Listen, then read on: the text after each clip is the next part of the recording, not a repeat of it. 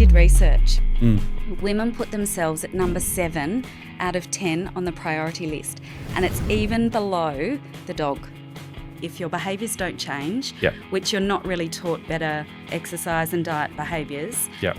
there's no permanent results. And it's a global weight loss, so a lot of people are really gaunt in the face. Women lose their boobs, and I'm interested to see where we'll be in 2 or 3 years' time. Yeah. When people are having to spend $500 or $600 per month, are they going to do that forever? Because when they come off it, I think there's a lot of rebound weight gain. Yeah. So, welcome to another episode of the Freedom Architects. I am here with Linda Pickett from My Temple. Linda and I met through an amazing organisation, and we've now been hanging out in Bali together and ditching a hotel to shack up in a villa, and we've been having lots of fun. But we're not here to talk about that. That's a whole other podcast. We're here to talk about freedom and creating your own freedom and what that looks like for you, and obviously chatting about your new book that's coming out as well. Yeah. Before we dive into all of that, though, I would love to know what got you into business in the first place. So you've been doing this for a while. Okay, so What did life look like? Yeah, so I have been self-employed for 20 plus years. I did a nursing degree and worked as a nurse for many years. That was my first sort of career after uni. And I loved helping people, absolutely loved helping people, and wanted to do something a little bit different and business oriented. So I went into pharmaceutical repping, medical liaison for a pathology company, and I didn't find that it was quite as honest as I wanted it to be or as truthful. So I started a completely different gig, but I think my desire is to help people. So I started My Temple, which is fat freezing, because even though it's in the commercial space, it's not nursing, it's still caring about people, and that's what I want to do. Yeah, cool. We talk a lot on the podcast about all the different things that we do beforehand, and so your story is obviously very similar with the pharmaceuticals and all that sort of stuff, and diving in thinking it's going to be something great and then seeing the actual stuff under the surface. What was that moment for you with My Temple when it was like, hey, I'm all in on this? So my story is, because it's fat freezing. Yeah. I'd had kids. I was 40. I was getting divorced, and I had a little tummy. And for me, that was all consuming. I'd sit on the couch at night and talk about, I shouldn't have eaten that. I'm going to go keto tomorrow. Actually, I'll just do Atkins. I'll go for a run. I'll do 50 sit-ups. Just this constant noise about what I should have done, what I hadn't done, and constant criticism.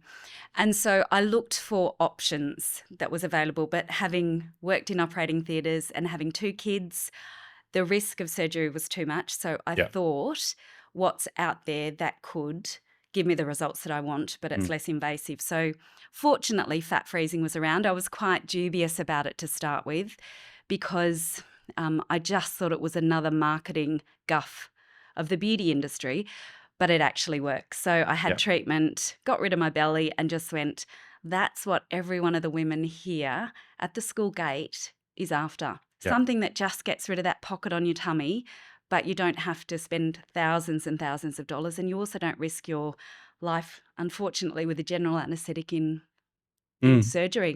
I mean, look, you've spoken about surgery, but obviously one of the other big things that's come up quite a bit in our chats is Ozempic and the craze that's happening right now and how it's impacting people, and, you know, people like sticking this chemical into their body to help them lose weight.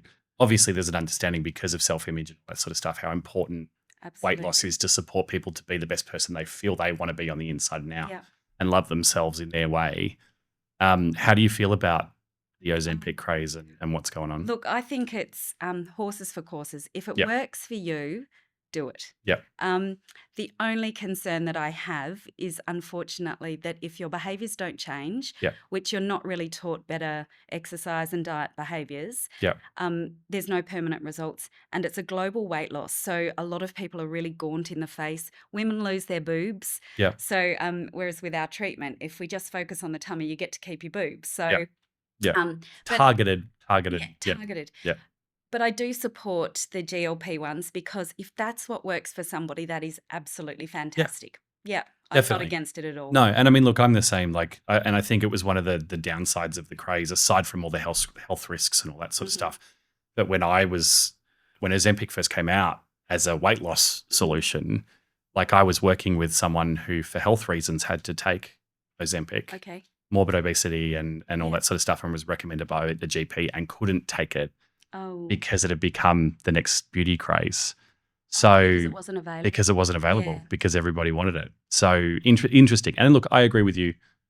Do your own research, figure out what works for you. Absolutely. But just really interesting to see how it's impacting other people. And I'm interested to see where we'll be in 2 or 3 years' time. Yeah. When people are having to spend $500 or $600, I don't actually know how much it is per month. Are they going to do that forever? Because when they come off it, I think there's a lot of rebound weight gain. Yeah. Yeah, which is really sad. One of the things that I've really enjoyed about our time together and learning more about what you do is that you talk not just to the fat freezing and the solution that you offer at My Temple, but also all of the amazing work that you do around that service to support your clients. And you've kind of touched on it a little bit in terms of, consistent routine and habits and all that sort of thing. Sure. What else do you do to support your clients and really get them those long-lasting results? So I think probably the difference is, having been there, I really understand. Like, I've had a personal trainer say to me once, Linda, you just need to get more organised. Now, I had 2 kids, and the chaos that becomes in the morning trying to get them to school, it's so insulting for somebody to say to you, you just need to get more organised, or you just need to do this diet. So I really look at it from my perspective. What I thought about was, as women with kids and families, we prioritise absolutely everybody else over ourselves. And then we get to the end of the day and go, why did I eat that? Why don't I love what I see in the mirror? So there's a priority part of that we just need to have that consciousness to go, well, I'm prioritising everybody else. There's no wonder that my body is second. Actually, we did research. Women put themselves at number 7 out of 10 on the priority list, and it's even below the dog. Yeah, wow. So a lot of what we talk about is just recognising that you're not going to have the Zen body, the amazing, Instagram body, when everybody is above you. Yeah. And it's recognising that and being okay with that, but then also being okay with looking for a solution and accepting the solution. Not just that, but I mean, if you're not looking after yourself, you can't support everybody else to your full capacity. So you can't fill from an empty cup. Correct. So filling your cup first, feeling good, looking good, being in the body that you want to be in, being in the mindset that you want to be in, is going to support you. Absolutely. To help the 7 people that you currently put ahead of yourself. Sure, yeah. Yeah. The family dog. Yes, correct. Oh, I was stunned by that. So you've spoken to us a little bit about My Temple. Yeah. You've been in business for over 20, 25 years. Yeah. What has been surprisingly hard for you building a business? Oh, I think it's probably mindset. Actually, if I can, there's definitely mindset, but there's also the realities of life. When you've got kids, family, that you prioritise over everything else. And now that my kids are a lot older, they're 18 and 15, I can actually go to work early in the morning and get a good solid 8 hours of work in before I'm doing the pickup in the afternoon. Yeah. But then there's also that internal desire as a woman, or as a parent, that you do want to do the school drop-off and the school pickup. So you're constantly stuck in the middle of going, I really want to focus on business, but I also want to be a really great mum. So that is a really big challenge. Yeah. That's probably where my number one thing would be. Yeah.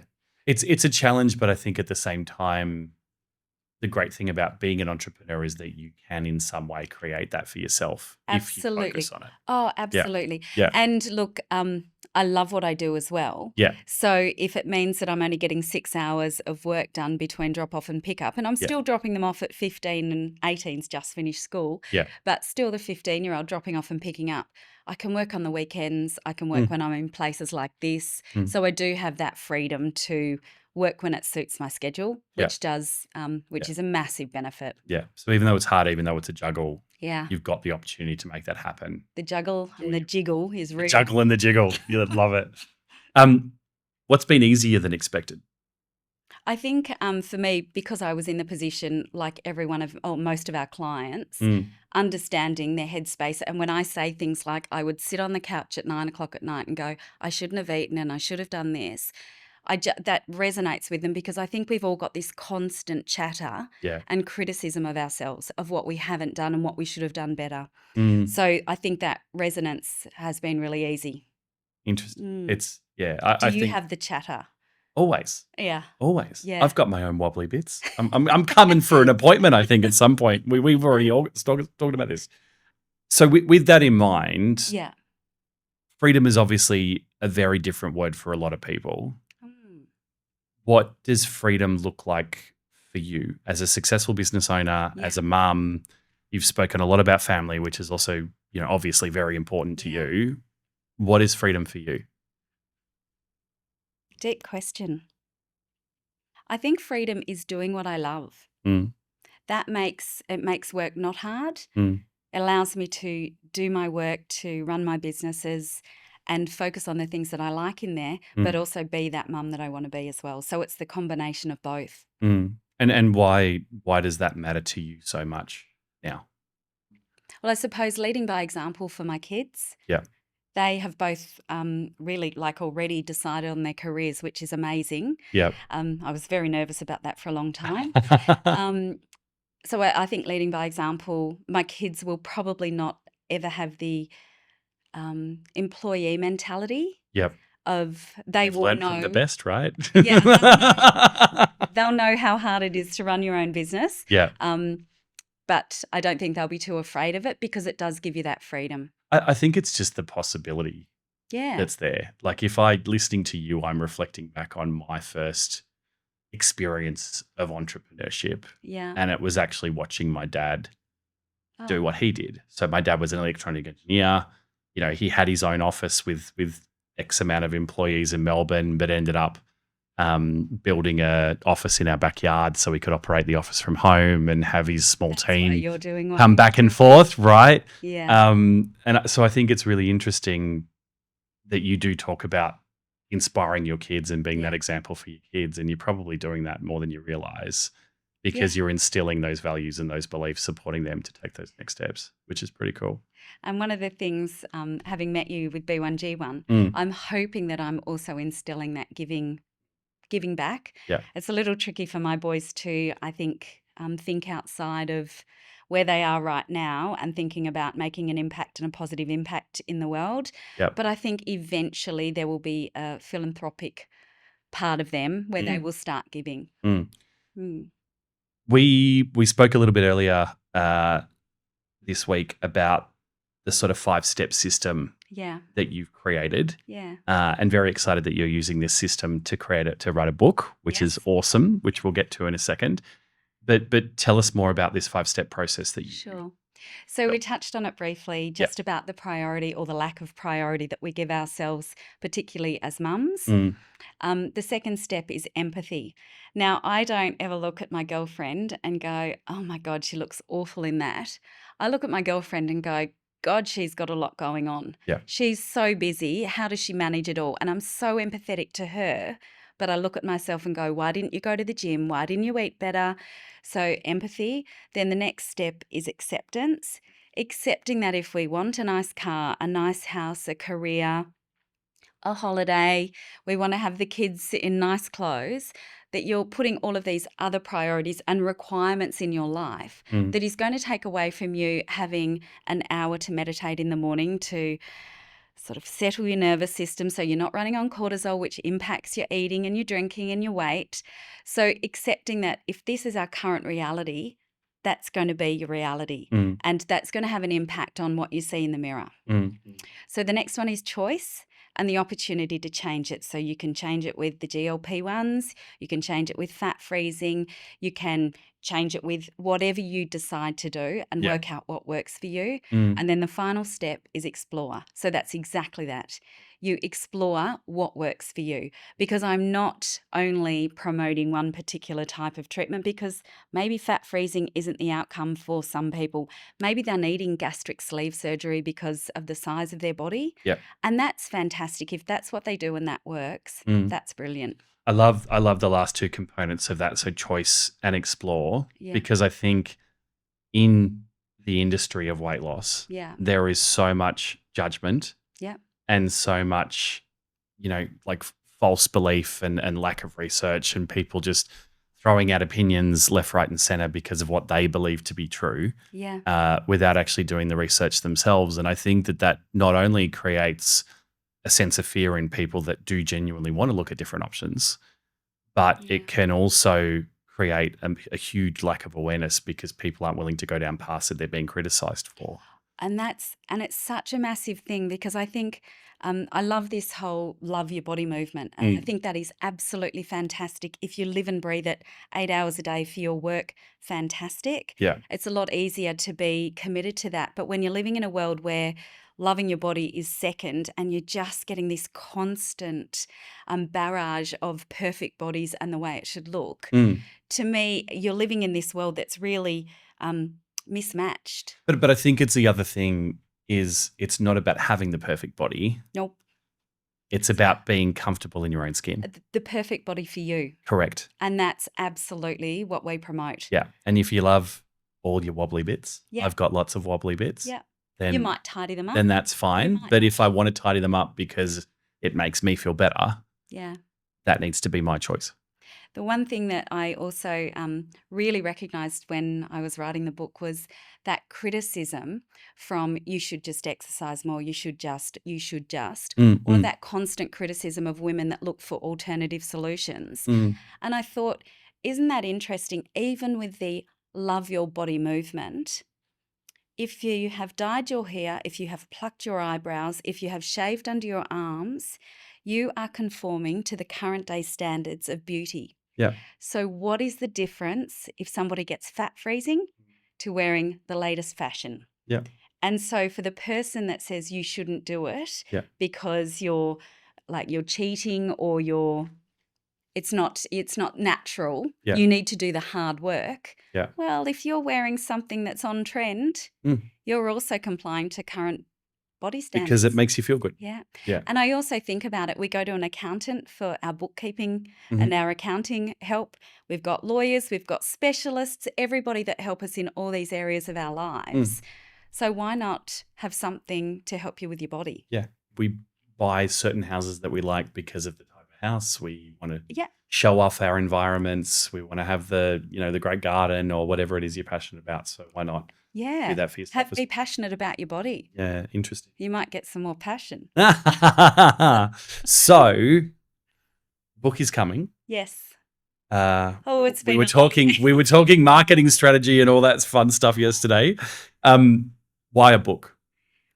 I think because after 7 years of running my temple, I've just heard the stories, and what is really surprising is the stories are all the same. And on some level, they're all the same. And we all feel that we're the only one having that chat at 9 o'clock at night saying you shouldn't have eaten this, you shouldn't have eaten that.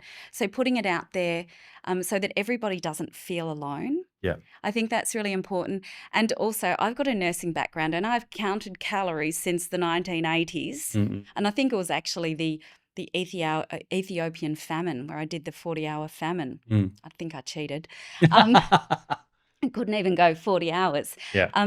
I think there's a lot of miscommunication, or there's a lot of rubbish in the industry that's not actually true. Yeah. So I've written it from, I suppose, the experience in the business, but also with really dumbed down basic medical the sciencey stuff of weight loss and how your body works, because I'm actually quite surprised that a lot of people don't even have a basic understanding of calories, of the particular, ketones, like different diets.